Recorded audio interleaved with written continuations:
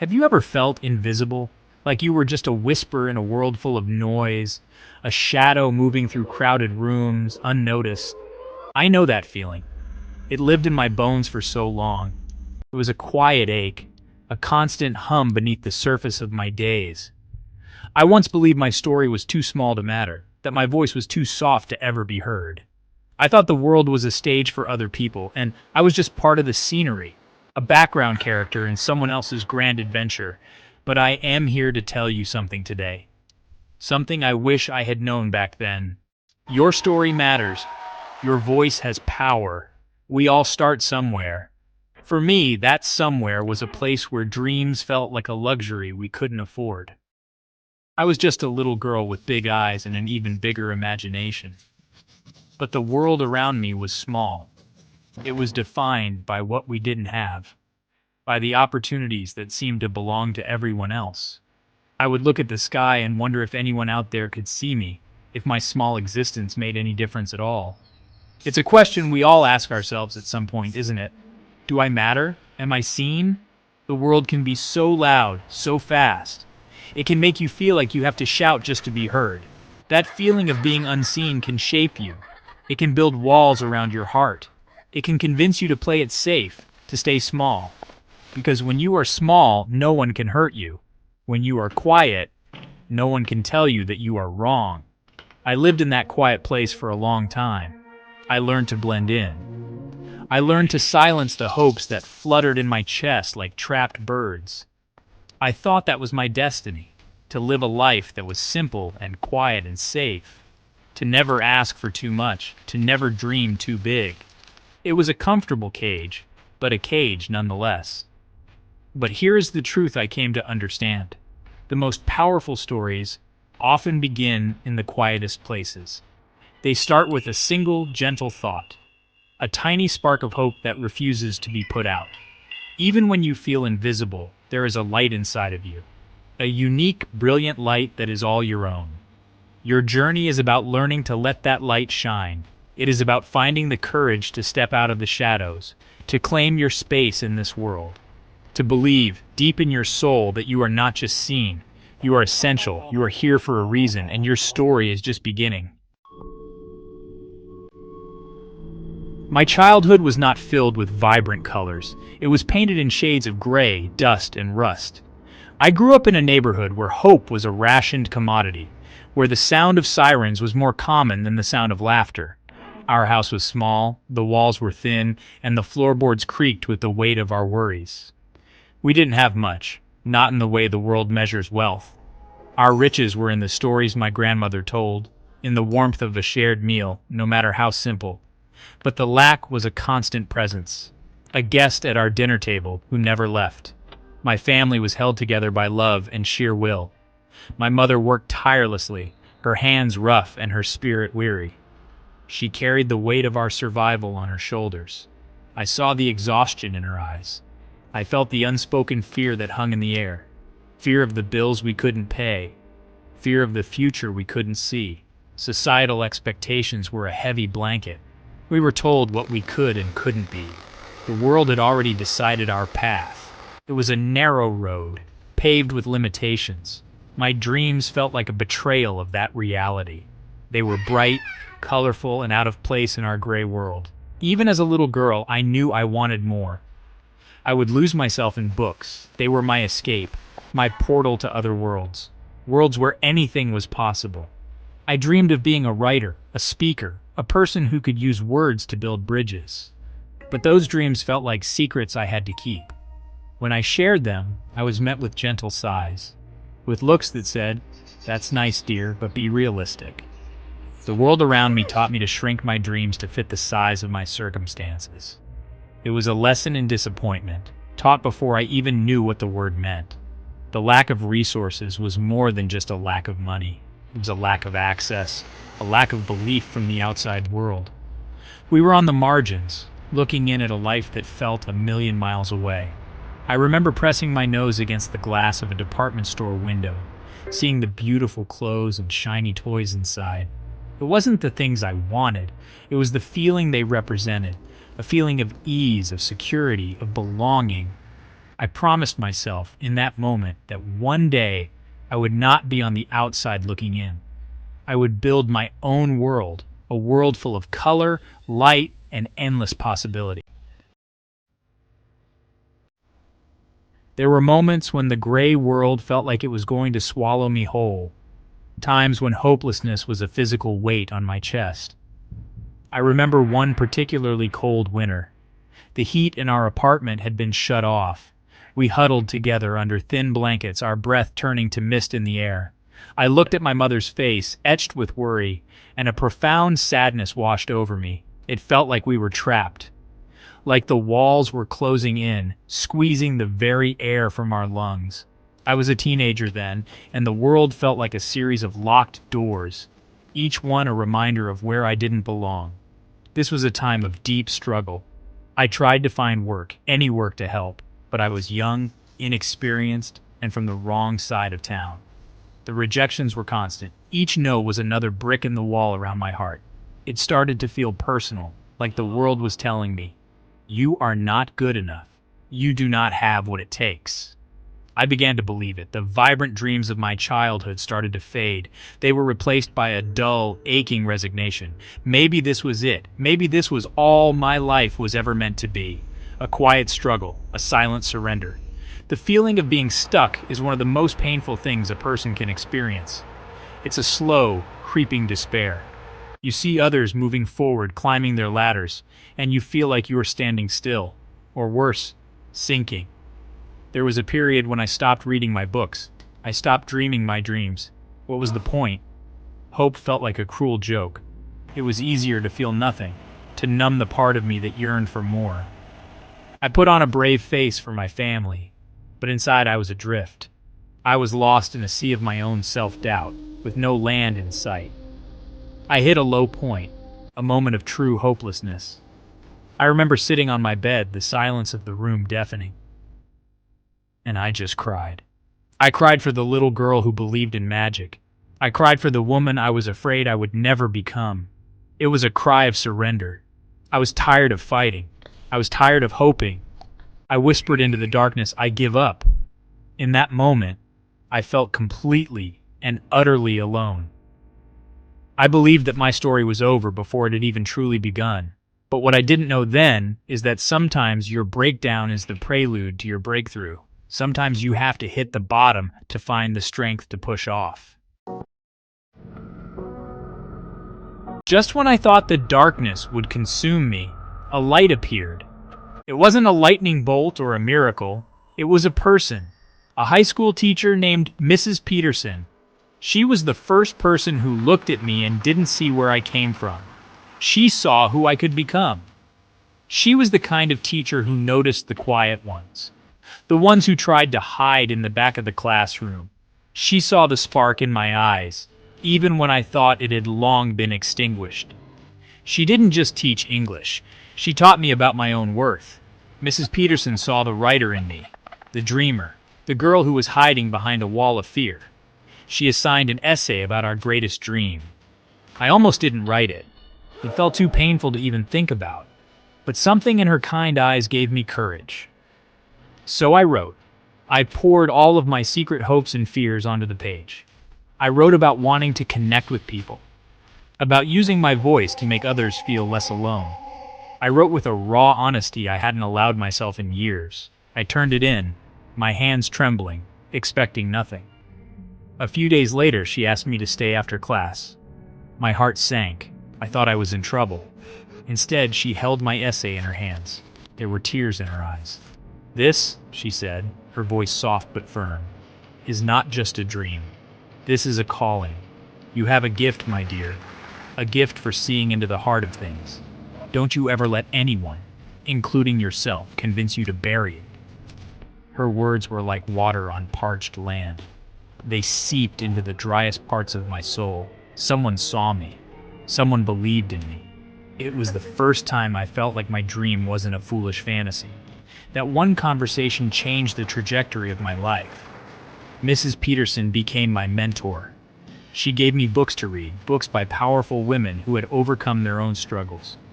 She encouraged me to join the debate team, to find my voice, to speak my truth. even when it shook.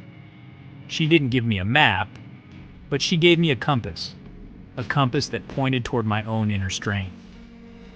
She taught me that my circumstances did not have to be my conclusion. She was the light that showed me there was a door in the wall I thought was solid. All I had to do was find the courage to turn the knob. Armed with Mrs. Peterson's belief in me, I started to see the world differently. I began to look for doors instead of walls. The turning point didn't come as a grand, dramatic event. It came as a small, quiet choice. There was an opportunity for a scholarship to a local community college. It wasn't a famous university. It wasn't glamorous. In my old mindset, I would have dismissed it. I would have told myself I wasn't smart enough, that people like me didn't get scholarships. The old voices of doubt were loud. They whispered all the reasons I would fail. But a new voice was emerging. It was quieter, but it was persistent. It was the voice that Mrs. Peterson had awakened. It asked, "What if you just tried? What if you believed for one moment that you were worthy?" I stood at a crossroads. One path was familiar and safe, the path of not trying, of avoiding potential failure and disappointment. The other path was terrifying. It was full of uncertainty. It required me to be vulnerable, to put myself out there to be judged. It required me to bet on myself, something I had never done before. I spent days agonizing over the application. I remember the moment I made the choice. I was sitting at our small kitchen table, the application form spread out before me. The doubts were swirling, a storm in my mind. "You'll just be rejected again," they screamed. I closed my eyes and took a deep breath. I thought of my mother's tired hands. I thought of the grayness of my world. And I thought of Mrs. Peterson's words. "This is a calling." In that instant, I decided I was more afraid of staying the same than I was of failing. I picked up the pen and began to write. Each word was an act of defiance against my fear. That single act of filling out an application changed everything. It was the first time I actively chose hope over fear.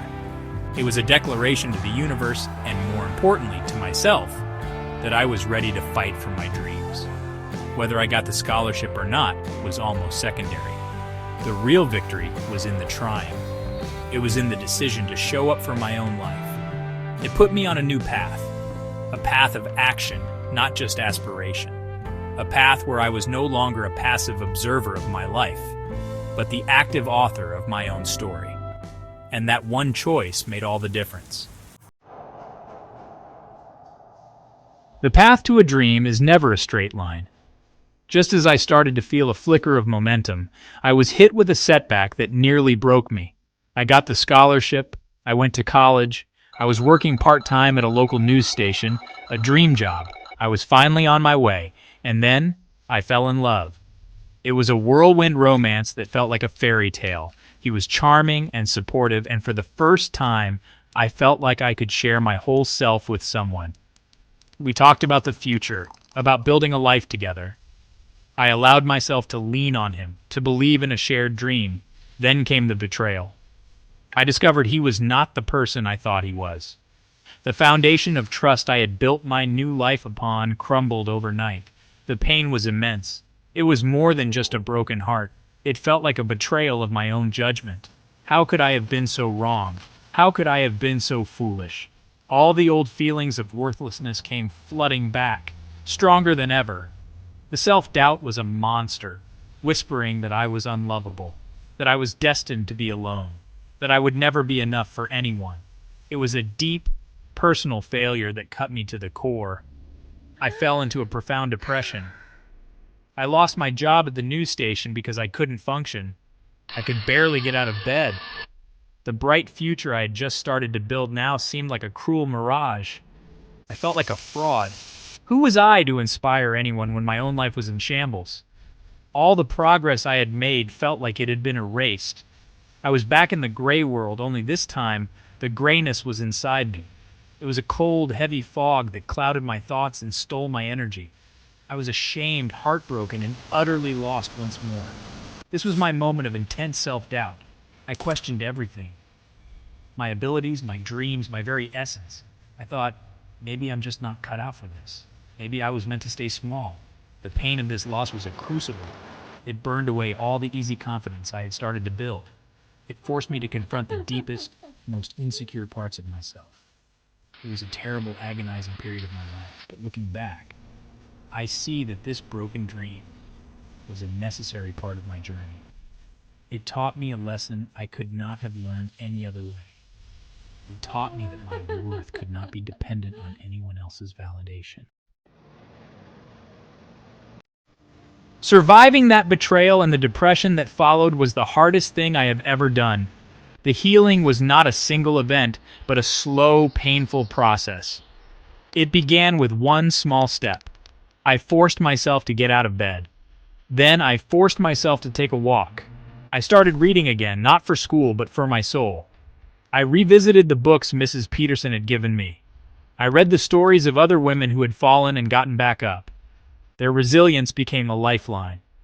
I realized that my pain, while unique to me, was also a universal human experience. I was not alone. My internal growth during this time was immense. I had to learn to be my own source of love and validation. I had to learn to forgive myself for my mistakes. I started journaling, pouring my pain and confusion onto the page. It was my way of making sense of the chaos inside me. I began to see that my strength was not in never falling, but in my ability to get back up. Each day that I chose to face the world, no matter how hard it was a victory. I was slowly, painstakingly, rebuilding myself from the ashes of my broken dream.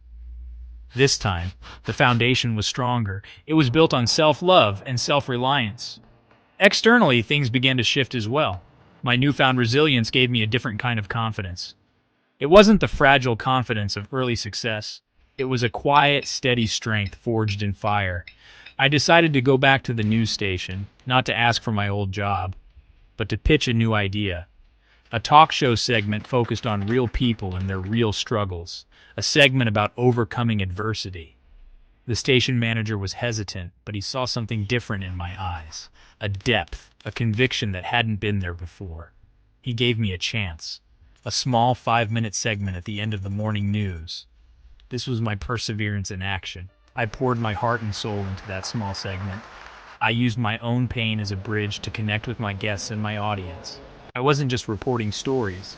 I was sharing a piece of my soul. I talked about feeling lost, about heartbreak, about finding strength in the darkest of times. The response was immediate and overwhelming. Letters poured in from people who said they felt seen and understood for the first time. My greatest pain had become my greatest purpose. I was learning that our wounds can become our wisdom. That small 5-minute segment was the first brick. It started as a tiny part of the morning show, but it quickly became the most popular part. The station gave me more time, then my own half-hour slot. People were hungry for authentic connection. They were tired of slick, polished news. They wanted to hear stories that mirrored their own, stories of struggle, hope, and resilience. I had found my passion. It wasn't just about being on television. It was about creating a space where people could feel safe enough to be vulnerable. A space where every story mattered. This was my breakthrough. I realized that my entire life, the poverty, the struggles, the betrayals, had been preparing me for this. I wasn't just a host. I was a fellow traveler. I could sit across from someone who was hurting and say, I understand and truly mean it. My empathy, born from my own pain, was my superpower. The show grew from a local program to a nationally syndicated talk show. Each small win built upon the last. Getting my first major celebrity guest, winning my first award. These were milestones, but the real victory was in the letters I received every day. The letters from people whose lives had been touched by the show. Building my empire was about creating meaningful relationships. With my audience, with my team, with my guests. I surrounded myself with people who shared my vision. People who believed in the power of stories to heal and inspire. We became a family, united by a common purpose. We weren't just making a television show, we were building a community. We launched a book club, a magazine, and a foundation to support education for underprivileged girls. Each new venture was another brick in the empire, an empire built not on profit, but on purpose. Discovering my purpose was the key that unlocked everything. It gave me a confidence that was unshakable. It wasn't arrogance. It was a deep, quiet knowing that I was doing what I was put on this earth to do. I was no longer the invisible girl from the gray neighborhood. I had found my voice, and I was using it to amplify the voices of others. I learned that true success isn't about how high you climb. It's about how many people you lift up with you. My purpose was to help people see the light in themselves, just as Mrs. Peterson had helped me see the light in me. Today, when I look back on that little girl on the rundown porch, I don't feel pity. I feel a deep, profound gratitude. Every hardship, every tear, every moment of doubt was a lesson. It was all part of the journey that led me here. Founding my own company and achieving recognition were wonderful, but they are not my ultimate triumph. My greatest accomplishment is knowing that my story has helped others feel less alone. It is in seeing the spark of hope ignite in someone's eyes when they realize they, too, can overcome. That is the true empire. A legacy of light that will continue to shine long after I am gone. My journey taught me that our value is not determined by our circumstances. It is not defined by our failures or our heartbreaks. Our worth is innate. It is the core of who we are. It is a brilliant, unbreakable light within us. Your journey is about discovering that light and having the courage to share it with the world. You do not need to have a perfect life to have a powerful purpose. In fact, it is often our imperfections, our scars, that make us most effective at healing others. Your story, with all its messy, beautiful, and painful chapters, is your greatest asset. So I want to ask you today, what is the dream you have hidden in your heart? What is the secret hope you have been too afraid to speak aloud? Please, I urge you, do not let the world convince you to play small. Do not let your fear be louder than your faith. You have a unique gift to offer this world, a gift that no one else can give. Your journey will have its own struggles, its own moments of darkness. But you have the strength within you to rise. You have the resilience to turn your pain into your power. Remember this always, you are not alone. There are millions of us who have felt invisible, who have stumbled and fallen, who have doubted our own worth. We are here to remind you, you are capable of miracles. Your life is your message to the world. Make it one of hope. Make it one of courage. Make it one of love. Step out of the shadows. Claim your story. And let your magnificent light shine. The world is waiting for you. You matter more than you can ever know.